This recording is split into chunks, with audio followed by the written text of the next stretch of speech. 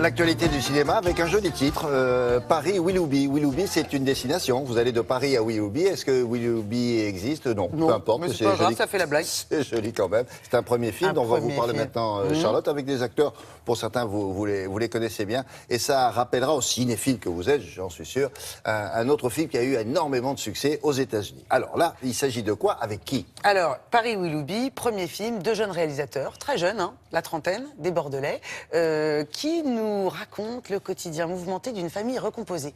Un film typique de notre époque, donc tout le monde peut s'identifier. Que ce soit les relations frères et sœurs, demi-frères, beaux-frères, belle-mère. Vous avez à la tête de la famille Stéphane de Grotte, l'acteur belge qu'on connaît pour ses facéties télévisuelles et radiophoniques et qui est aussi acteur. Là, oui. Voilà, c'est Maurice. Il est marié à Claire, Isabelle Carré, toujours aussi juste et sympathique. Ensemble, ils ont une petite fille. Et surtout... la petite fille, elle est là à la droite, petite fille avec le petit ciré jaune. Et surtout, ils ont, d'une précédente union, chacun un ado.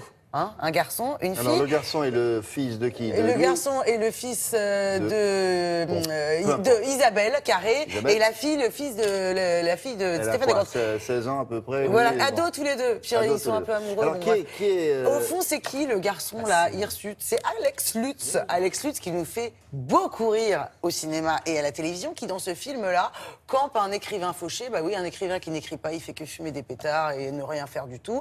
Et il squatte aussi dans cette famille-là, parce que c'est sa sœur, Isabelle Carré.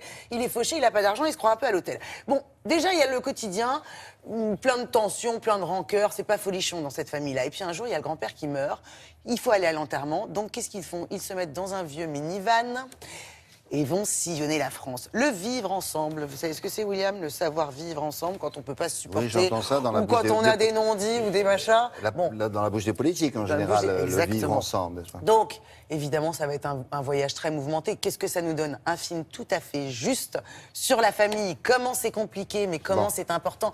Plein d'amour, plein de tendresse. J'avoue que j'ai eu un joli coup de cœur pour ce film. Ça n'est qu'un premier film. On attend le second avec impatience. On a rencontré Stéphane de Grotte qui joue Maurice.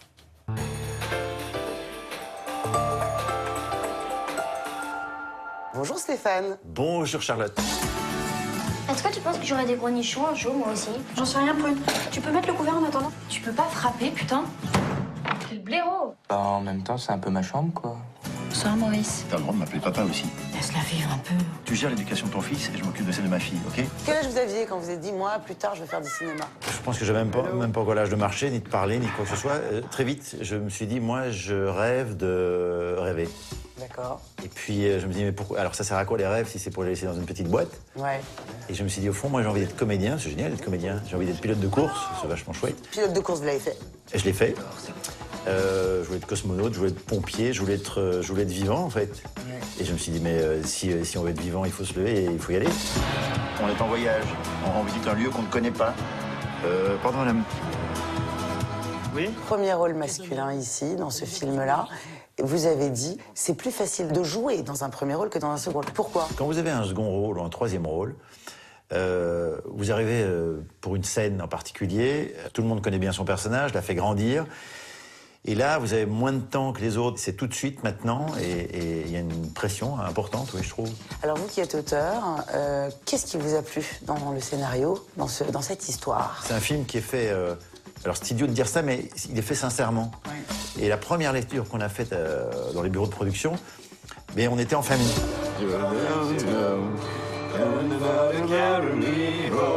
On s'est dit...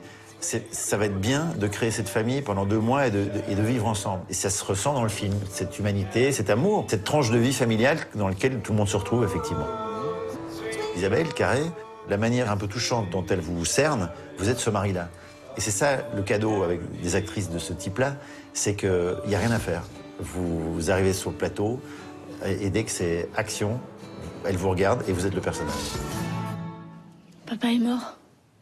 On l'enterre après-demain. Alex Lutz, on le découvre un petit peu d'une facette plus noire que d'habitude. Je pense que les gens qui font marrer, ils ont ce côté sombre. Oui. Et donc Alex, il a un côté très réservé, très nourri, très fourni. Et il ne demande qu'à émerger sur scène pour faire rire, sur ce tournage pour émouvoir. Il y a une charge importante. C'est ça qui est agréable aussi, c'est de tourner avec des gens qui sont emplis de quelque chose. Tu te rends compte qu'on a perdu 7 ans de notre vie avec papa à cause de cette rancune à la con? Arrête de dire de la merde!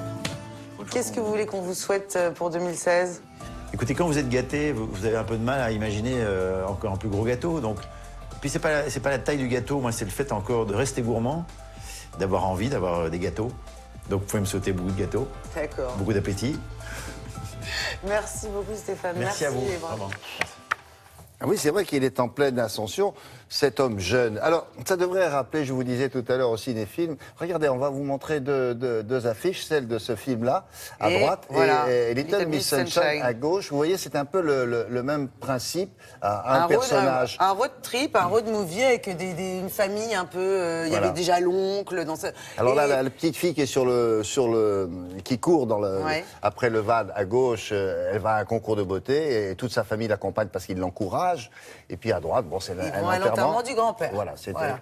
un autre prétexte. Ça sort mercredi prochain. Merci Paris-Ouloubi, voilà. beaucoup. Avec Anissa Arfaoui, on va s'intéresser maintenant aux télévisions étrangères. Et juste avant, Laura du Web a des choses à vous dire. Et Elle me fait concernant des le signes. cinéma. Alors si vous me faites des signes, je ne peux pas refuser. Mais oui, parce qu'on parle de cinéma.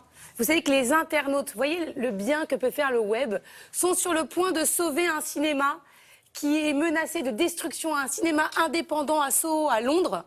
Et il y a des gros promoteurs immobiliers qui arrivent et qui veulent détruire le cinéma.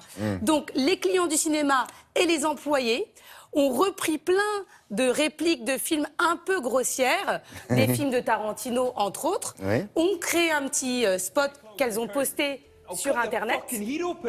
Voilà. Tout ça, c'est des clients et des employés. Donc ils se sont mis en scène. Fuck you, developers. You can suck my dick. Voilà. Bon, donc c'est assez grossier, ça s'adresse évidemment aux promoteurs immobiliers et ça a permis de signer une pétition. Il y a plus de 30 000 signatures et donc, à mon avis, le cinéma va résister, les promoteurs vont rentrer chez eux. C'est pas mal, Donc, ça. comme quoi le web fait du bien aussi au cinéma. Oui. Et ne le détruit Ça va leur pas. donner des idées pour d'autres combats, vous voyez. Exactement. Merci beaucoup. Anissa Arfaoui, dans